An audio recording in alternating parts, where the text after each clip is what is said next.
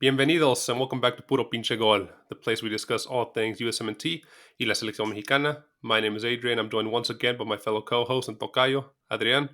Adrian, what's going on, man? How are you? I'm doing all right, man. I'm doing just all right. Just all right, man. It's the end of the week. Should be doing better than all right. I know, but you know how it be. It's end of the week for me. I still gotta hit the gym. You know, Yep, I do know how so it be, man. Well, let's get right into it, man. This is going to be our 6 things we learned covering the USMNT. If you checked out our previous episode, that was covering Mexico's side of the Continental Clásico. This is going to be covering the 6 things we learned for the USMNT. In this series, for you guys that are new to the channel, aren't familiar with the series, we do the series after every Mexico and every USA game, pretty much covering 6 takeaways, 6 key points that we noticed in each match. That could be either a positive point, a negative point, or kind of just a neutral thing we noticed from the match. So yeah, let's just get into it, man. Starting off, Anthony Hudson kind of surprised us with a 4-2-3-1 formation. In our preview episode, we thought he was going to do a 4-3-3. We got 3 of the forwards predicted correctly: Jordan Morris, Jesus Ferreira, and Cade Cal. El But Caballo. El Caballo Cal, but we did not suspect him playing with Brandon Vasquez forward. We thought he was going to play 3 center midfields. He ended up moving one of the center midfield positions to forward, so he played Brandon Vasquez, and he also just left as the contención, as the center midfielders controlling the kind of the play there, Sands and Acosta, and the defenders were serginodest, how we had predicted, Aaron Long, Zimmerman, center back, how we predicted, and the surprise starting, Yedlin. So that was a surprise to see there. We were also kind of shocked to see that he started Sean Johnson in goal, but we'll get into that later in this episode. So, I always like to start off with a positive. So one of the key positive things we took from this episode, I think, from this match was Anthony Hudson, Tonyo Hudson. We talked about before that, the pressure was really on diegococca in Mexico to get a result from this, to avoid losing, right? And how Tonyo really did not have any pressure. He was playing this game, without the worry of having to win. He knows he's not the long-term solution that the U.S. is, kind of going towards. So he's really playing just with, freely out there, right? Able to make adjustments and able to, take more risk than diegococca, who's going to be on the chopping block if he messes up.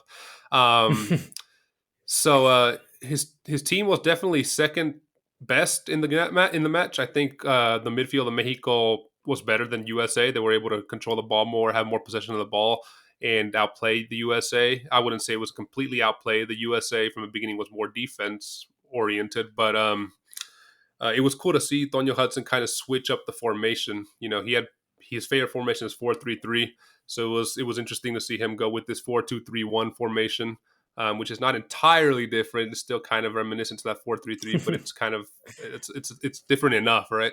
And it was also positive to see him kind of maintain that unbeaten USA streak for the last 5 games against Mexico. It wasn't a win this time; it was a draw. But I mean, still for US fans, that'll be a knowing that they were second best in the match, and that this wasn't even their A team; it was more of a B or a C team. They were still able to get a result here.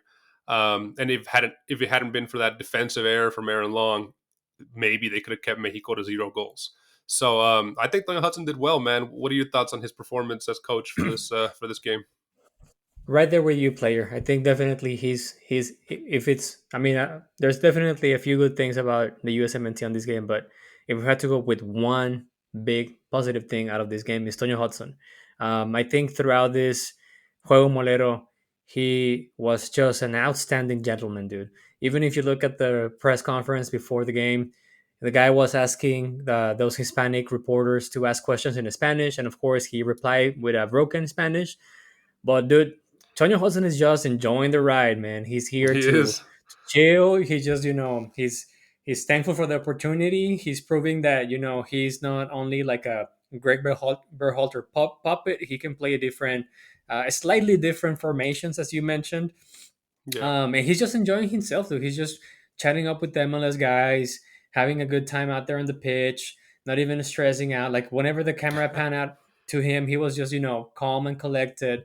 You could tell that he's just there, man. He's thankful for being the USMNT interim coach for now. He knows it's gonna come to an end, and I think he's also aware that if he does a good job, no matter what happens, I think it's a long shot to say that he's gonna be the permanent USMNT coach. But no matter what happens, if he keeps on doing a good job, he's probably gonna be part of that assistant coach team. Right. And so yeah, I mean, it was great to see him. Good positive for the USMNT is that he's able to maintain that hegemony over Mexico. The fact that he had, I don't know if it was his plan to have counterattacks as fast as they did, but if that was his plan to just play with the athleticism and speed of the USMNT players, then he nailed it, man. Freaking masterclass on how to counterattack, right? Yeah. So yeah, right there with you. Anthony Hudson definitely the positive for this USMNT big Molero game. All right, man. Good, good, good. Glad we're on the same page there. Um, so moving on to negative, man. One of the negatives that could kind of stood out for me here, and for a lot of people, I think, is the center back Aaron Long. Um, what can be said about Aaron Long that hasn't been said already? I think going forward, he should not be in contention to be a USMNT center back, even Damn, on the B or C team. that's a strong Um, you word, know, dude. Hey man, you've been watching more MLS than me this season, so you've seen his mistakes for the No, LAFC, yeah, and that was the same type of mistake he makes constantly for LAFC and for New York before that. His mistake led to the only goal by Mexico. Granted, the pass he received wasn't the best pass, kind of put him in a weird position, but still, at that point, you either clear the ball out or kick it back to your goalie. Don't try to play it through a Mexican player to serginodest. yeah. He's been prone to making these mistakes all season, and yeah, man, he's 30 years old. He's not getting any younger. He's probably at his peak or reached his peak already. And I just Damn. think, in the USMNT pool of center backs, there's a lot more better ones, better choices. Tim Ream, Walker Zimmerman, Carter Vickers, Chris Richards, Miles Robinson, Miazga, Mark McKenzie, Palmer Brown, etc. The list goes on of, center backs that I would choose before Aaron Long. Um, I don't know. Am I being too critical of him, you think? Well, definitely no low for Aaron Long from you, man. I mean, but I totally agree with you. This wasn't uh, Aaron Long should not be the yeah he shouldn't even be considered for the B team at this point in time. You have enough center backs outside the MLS, even within the MLS, that have way more a higher ceiling in terms of technical ability, in terms of age, that you rather be playing them out there just to test them out and see if they have at least what is needed to be the second, or not even the second, but the third, fourth string center back. Because I think the United States is going to start to have more and more little games every single year. And since the USMNT is very close with MLS, they're going to keep on calling back MLS players for these kind of games where they don't have to sacrifice or make use of the European players, Hmm. nor the European. I don't think the European teams are going to let them participate in a no, not official FIFA match, right? Right. Um, so yeah, it's unfortunate for Aaron Long. I To me, he's one of those players that he either gets a lot of love from MLS fans or he gets a lot of criticism from USMNT fans, right? And I Yeah. think this is just more ammunition for those fans who really dislike Aaron Long. And I don't blame him. Dude is slow. He's not the best technical gifted player out there. You can put a plate Matt Miazga and nothing would have changed on this game. So Aaron Long, sorry to say this, man, but you outie. Yeah. Deuces, man. Um, let's move on to a neutral we took from this game. I think the lack of a forward presence really showed. It's not a negative because they got a goal, and when it mattered, that counterattack was deadly. And you know, but if it wasn't for that great counterattack led from serginodest to passing it to Sonora, who found Jordan Morris, who three-toed poked it, really good pass. That who was the Mexican defender? Was it Victor Guzman. Araujo? It was Guzman Victor that got a Guzman. tip to it. Yeah. Okay, yeah, he Hmm. almost got it out the way, but he led it straight into Jesus Ferreira's position, who just ultimately deflected it in, right? Um, Yeah.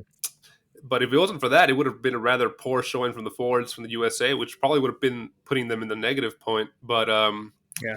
you know, this was a great counterattack when Mexico dominated possession, when Mexico had just rattled the crossbar, and it was one that could have easily been missed.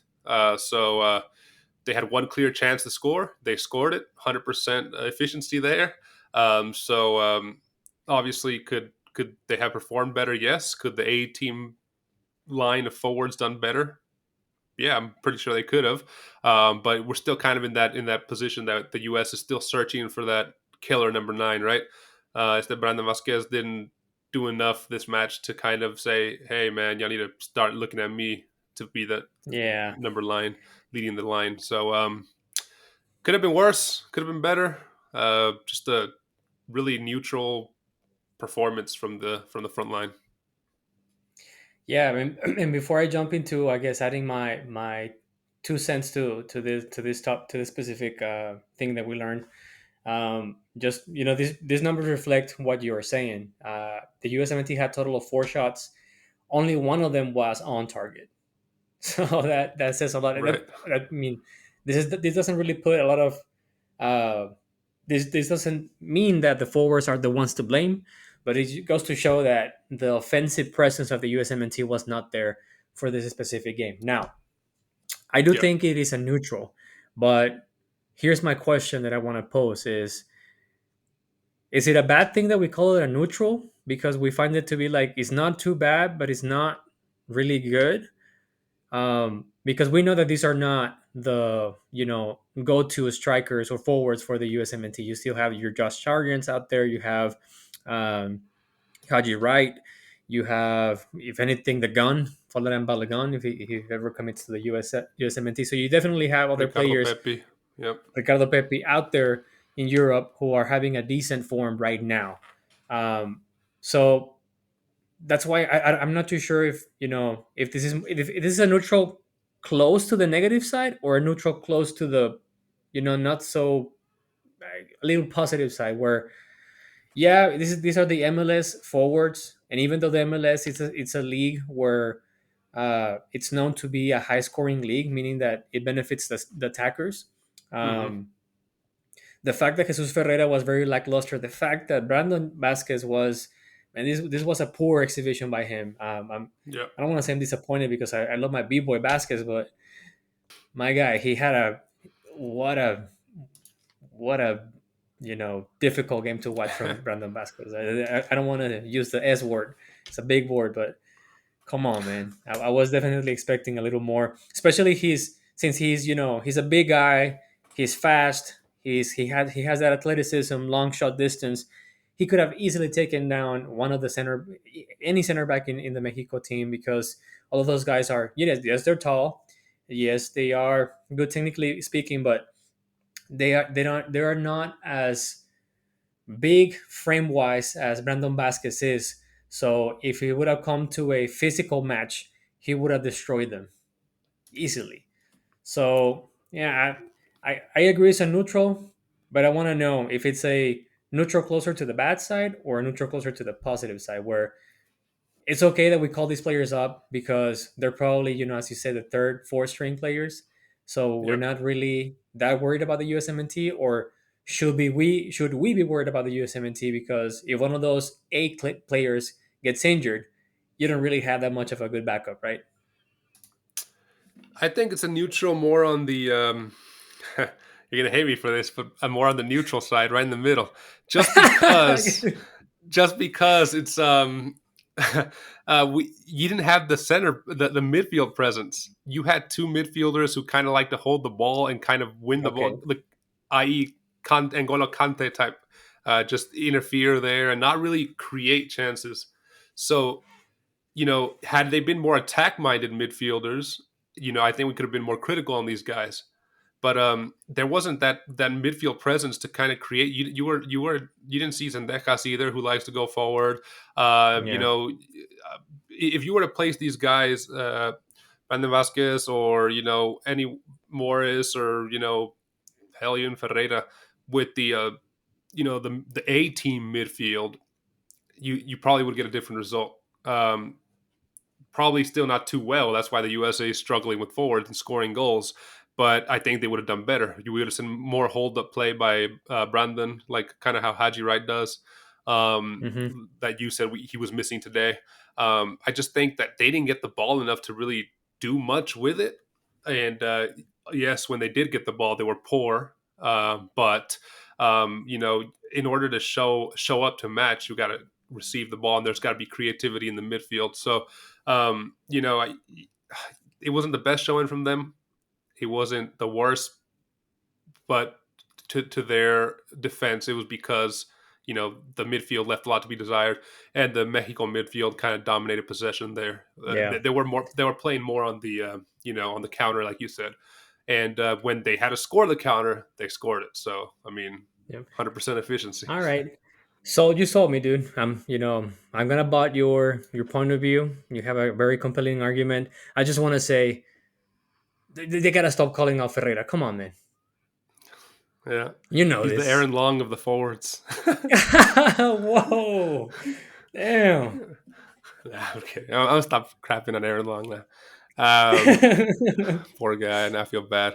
But all Hey, right, Aaron man. Long, I wouldn't mind. I wouldn't mind an LAFC shirt. So, you know, if you're gonna send Yeah, one, just make sure that you send it to Adrian, right, with the accent on the second A. or hop on the show with us, man, and talk shit to us or to me. All right, man. So let's move on to another negative here.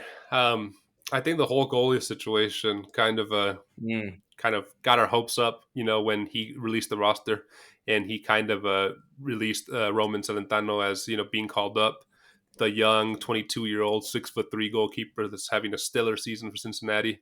He's got 5 shutouts, 5 clean sheets. So we were excited to see him. We were excited to see him. yeah. He before the match, obviously Cincinnati got destroyed. I don't know if that played a role into him not starting this, but Sean Johnson. He also an interesting stat about Sean Johnson was that he had like over 800 minutes without receiving a goal with a USA jersey. Like he only received one goal, and that was back in like 2011 when he's in his first debut, like What? for his first cap. And so Oh, this goal man. kind of the goal that he received today kind of screwed over that streak for him. But I think we've pretty much seen what Sean Johnson can do. He's 33 years old. He's reached his peak or past his peak, and we've seen him in the MLS for years. And it would have been nice to see what's his name, Celentano, get a chance That's to Celentano. really go out there and show what he can do. As put himself in the contention for maybe not the starting goalkeeper at this time, but one that competes with Slonina for that third, that third position, right? So what do you think? Could Sean Johnson have done better? Would you have liked to see Celentano in? Yeah, no, definitely, man. I would have preferred to see Celentano over Sean Johnson, big time. Just because of the age perspective, right? I don't have anything against Sean Johnson. I don't think he did poorly on this game, but it's just a matter of this goes to show that Anthony Hudson was not worried about this game whatsoever. He was like, I'm just gonna play whoever I want, whether if it's Sean Johnson or Roman Celentano. Yeah, I don't care. I'm just gonna do whatever I want. Unfortunately, well, I mean, and also there was nothing that Sean Johnson could have done on that goal, anyways. right. Um, and I think yes, it's one of those negative things that but I think this is more a negative individually speaking rather than a negative for the USMNT. Uh, just because of that streak, and I think he knows Yeah. that this is probably his last chance with the USMNT. I don't think he's gonna wear the shirt anymore, or I hope that he doesn't wear the shirt in the near future. Yeah, and it's not really a negative on Sean Johnson's performance. He did what he had to do. the goal Yeah. came because it was a counterattack that was any it would have scored it against any goalkeeper, right? Hmm. That's a hard thing to stop there when it's just one on one with a forward, and it sucks that Hmm. that's how it ended up. His streak ended. I think that the negative we're discussing here is more so the situation. Hey, give the younger guy a chance. We would have loved Yeah. to see Yeah. Yeah. the guy that's playing well in the league get a chance, Totally. and who might be a future for the U.S. So Especially if these are the kind of games where you have nothing but MLS players and you're trying to put them on a international showcase, then yeah, do them a favor, man. Just put them in. for sure, I agree, man. Um, Moving on to our final neutral here. I want to give a neutral to serginodest. He didn't play bad, but he didn't stand out enough. As being as being the only European player to be called for the USMNT, he just didn't do enough. You would think as somebody who's been in Europe all his career, he would stand out in these kind of games, be the main guy, just be the best guy on the field, at least from the USA perspective. And you saw glimpses of that, that build up to the goal. He took on like three Mexican players and then released it perfectly to Sonora, and that goal was in part due to him. Um, but he didn't do enough, I think, to kind of get himself back into contention at Milan, and he looked a little rusty in the beginning and some points in the game, so that could be due to the fact that he's not playing enough in Europe, so he is rusty. Um, he didn't have any crazy mistakes like Long, so I think he just he was just a neutral here. You expect him to do better. He didn't mess up, but he just didn't do enough to kind of stand out. And you're just hoping that this guy moves on from one of the big. He's at Barcelona or he's at loan at Milan. Just move on from one of those bigger European giant teams, maybe a smaller club, right, in Spain or Italy or England, middle of the table team where you get constant play time week in week out to rediscover that form. How did you rate Sergino this? Yeah, no, I think he's right there within the middle. I don't think it was a positive. I don't think it was a negative. He was just there. The unfortunate thing for him, for the likes of him, or I guess for the two only European players on this match, which is serginodest and Julian Araujo from Mexico, is that being in Europe, as much as it gives you a bigger pool in terms of name and the expectations, it also sets you. It can also set you up for failure. In this case, that's what's going on with Sergio Des, where he's supposed to be at this top level, right? Playing at Milan Serie A, he should be that player on the pitch that makes the difference, that makes every single play count. And I don't think in this specific match he was that player.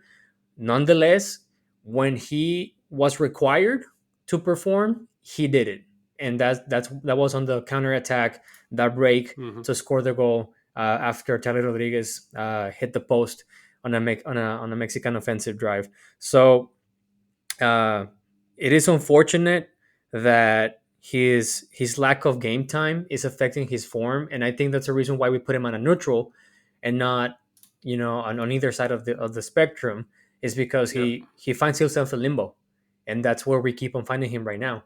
He's just in the middle with no specific direction. We don't really know if his form is suffering too much or if his form is he's not getting or the training sessions at Milan are not helping him to become a better player. But just because, of course, players live to play and they get better as they get better as they play more games. Um, but it's also a matter of how much you train, how do you train during the week, how much attention you're putting to those detail oriented trainings that your coaches give you to improve on your passing, to improve on your shooting, to improve on your controlling, right? So it's painful to see him at this spot. I don't know if it's again just like the other neutral. I don't know if putting Serginho Des as a neutral it's a good thing or a bad thing. I think this is a neutral that is closer to the not so good side rather than neutral on like I like to see the in this case the glass half empty rather than half Mm-hmm. full. If I'm Yeah. explaining myself. Yeah, no, I understand you. I think it is more towards the the negative spectrum. Not quite there yet, but just because of his whole situation. Yeah, Um, if he had put on this performance while starting for Milan, we probably would have said, it was a neutral performance, but at least he finds himself as a regular player. This could have been just a one-off, crappy game, but yeah, just this whole situation kind of, again, it's not completely negative. He did well when he had to, like you said, but he was kind of ghosted the whole, other 88 minutes of the match, and without really, yeah. again, putting his name out there. So yeah, man. Let's move on to the final positive. I always like to end these with a positive. So I think, if you guys watched our Mexico Six Things We Learned, you guys would remember that we did one of our negatives as ligamx. Ligamx, when diegococca took over with Mexico, kind of made a commitment to release players to him as required, even for these, non official friendly matches, to, give him the chance to kind of build the team as he sees fit. And due to many circumstances, maybe of which Liga MX is about to hit the playoffs, many of the bigger teams didn't release some of their better players. Positive that I'm going towards here is that MLS always and has always allowed their players to join the USMNT, even for these Juego Moleros, right? Yeah.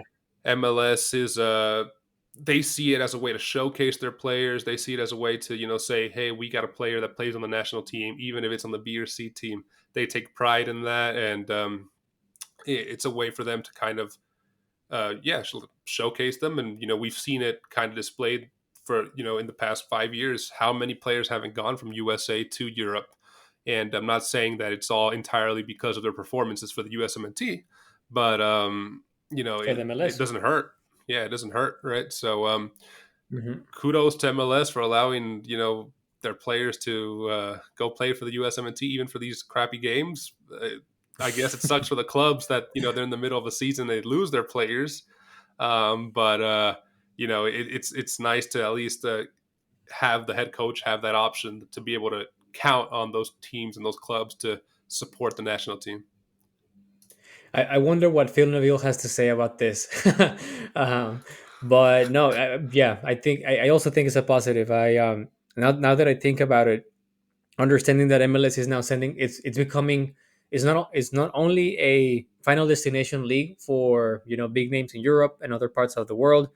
It's also becoming a like a trampoline, a catapult, a like a some sort of a cap program for those young South American players or even Eastern European players. They come through the MLS and they find a way to make it all the to to the Bundesliga or some other league in Europe. And now that I think about this, is mainly I assume that one of the biggest reasons why the MLS says yes to releasing pretty much all of the players for the USMNT, even if it's a Molero game, is because if you look at the top leagues in Europe, for example, the Premier League, if you want to bring in a foreign player, there's so many requirements that this player has to have, and one of them is the amount of uh, national team call-ups or games you have under Right. your belt. Mm-hmm. So I think especially for like young players, like the likes of Brandon Vasquez, El Caballo Cabo,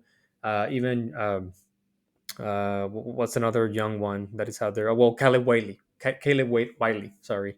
Yep. All of those guys can benefit from this specific call up because when they are in talks or negotiations to go overseas and then play at Bundesliga, La Liga, Premier League, they will have the I guess the experience and the numbers that these leagues are looking as a requirement to be a player on that specific tournament. So I think it's a positive, it's a no brainer to me. It's an easy one. Kudos to the MLS, man. I mean, as much as we are slowly but steadily getting, well, at least I am getting hooked on the MLS. There's a lot of things that is wrong with it. But if there's something that they're good at, it's specifically this. They know how to market the player. They know how Mm-hmm. to take advantage of these kind of situations.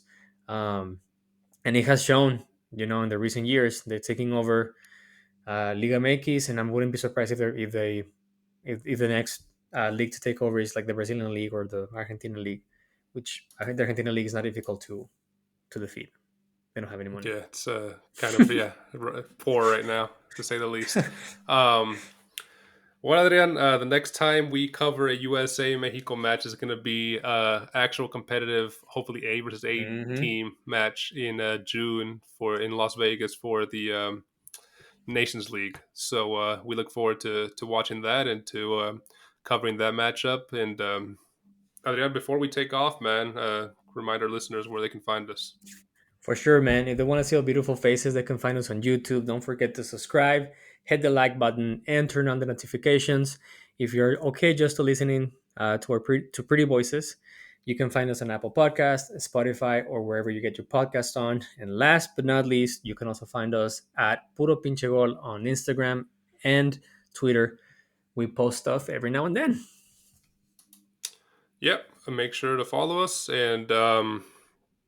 Yeah, I mean, make sure y'all leave y'all's comments. What did you think of the USMNT in this match? Did you think they did well?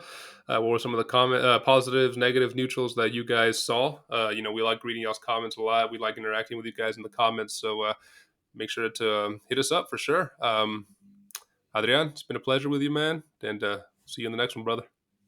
As always, my man, take it easy. See ya, man.